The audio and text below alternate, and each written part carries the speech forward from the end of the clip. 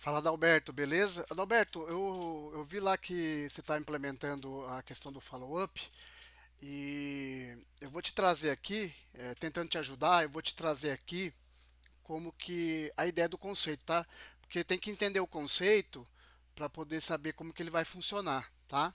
Então aqui, ó, como é que funciona, tá? Então, aquilo que o Gabriel falou, né, referente ao a estar no mesmo fluxo ou não, tá? No caso do meu aqui, ó, ele está no fluxo independente, tá? Mas aí é a escolha do que você quer fazer para o seu processo, tá?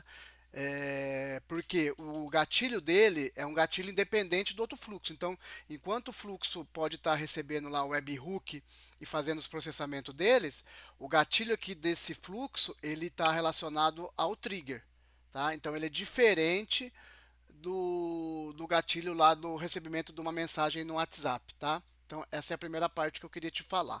Beleza? Aí, como é que funciona? Deixa eu pegar minha tabela aqui. Essa é a minha tabela, tá? Então, ela tem aqui todas as informações, última atividade, última mensagem, e tem aqui follow 1, 2, 3, 4, 5. No meu caso, aqui são 7 follows e o encerramento, né? Na verdade, são 8 follow. Deixa eu organizar aqui. 8 follow e o encerramento, tá?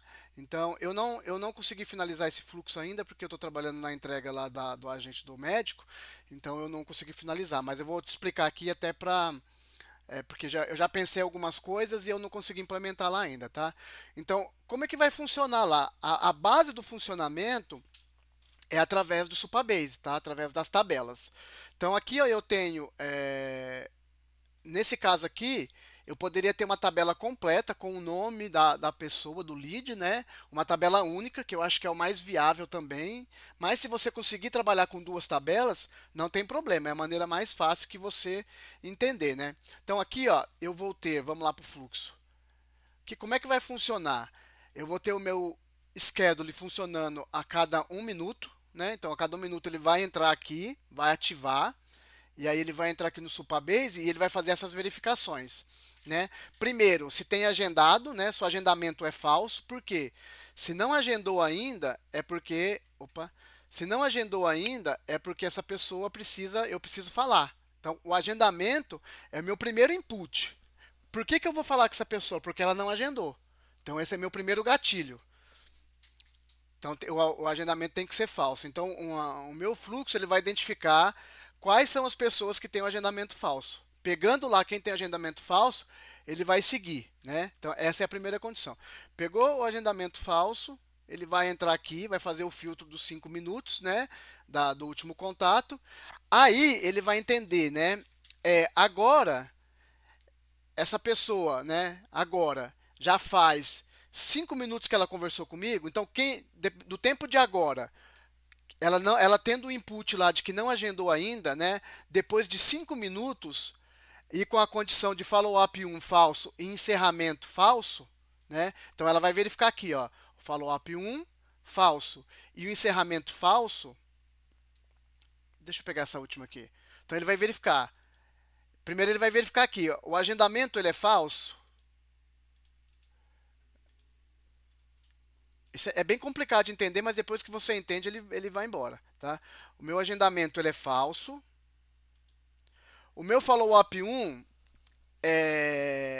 na verdade aqui o agendamento é falso porque ele não agendou ainda. O encerrado também é falso porque ele está no processo de follow-up. Então ele vai fazer o primeiro agendamento. Então ele vai entender aqui, ó, se o meu follow-up um também é falso. Então, essas três condições precisam estar alinhadas. E se tiver null, ele não vai fazer. Ele precisa saber que o agendamento ainda é falso, por quê? Porque não foi realizado, né? O encerrado também é falso, porque ele não passou pelo meu fluxo ainda. E o follow-up um também é falso, porque ele vai começar. Então, ele vai pontuar para que essa primeira pessoa aqui deixa eu salvar. Que essa primeira pessoa aqui, ele está nessas condições. Essa é a condição. Isso aqui é a base de como o seu fluxo vai funcionar, tá? Essa aqui é a linha de raciocínio como o seu fluxo vai funcionar. Então, beleza, ele não agendou ainda, então ele está falso. Ele não encerrou ainda, então também ele está falso.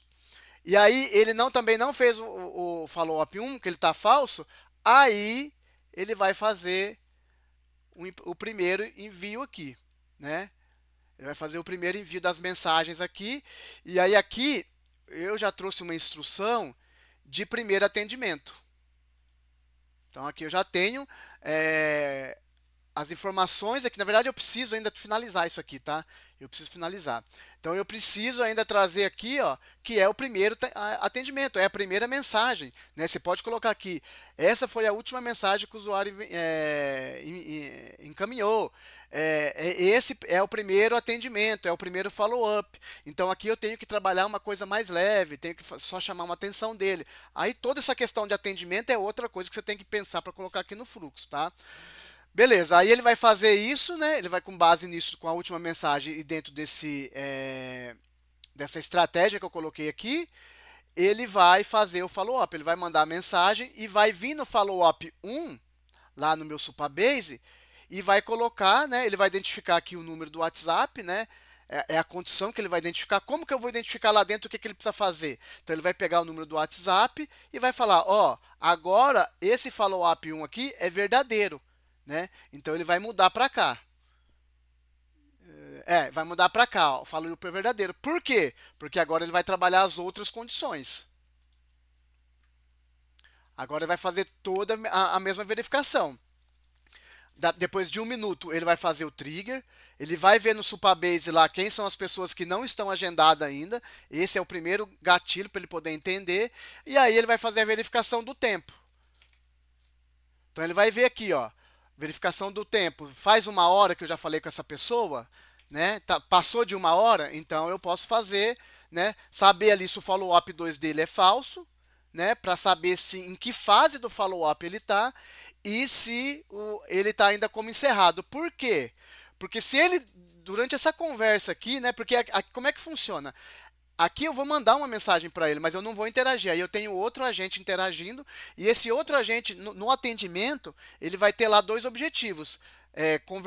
Vai ter 3 objetivos: atender e conversar ali com o lead, engajar com o lead, tentar o agendamento com ele, e depois que ele fizer esse agendamento, ele vai colocar lá no Supabase se ele foi agendado ou não, né? Porque lembrando, para ele entender que ele tem que começar, aqui tem que ser false, né? Porque se for verdadeiro, se for true, aí ele não vai atuar, tá? O follow-up vai perder o conceito, tá? Então você precisa ter em mente toda essa estrutura aqui, ó, para poder funcionar.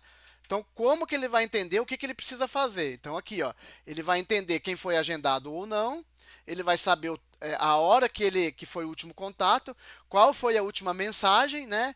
E dentro da última mensagem, da estratégia que você está tendo com o seu follow-up, o que você vai falar para ele. E no final, depois que ele fizer essa interação, ele vai colocar ali como follow-up 1 realizado, follow-up 2 realizado, follow-up 3, até chegar no último e ele vai dar como encerrado. Por quê? Porque você não vai ficar falando a vida toda com uma pessoa, né? No meu caso aqui eu tenho interação de 20 dias.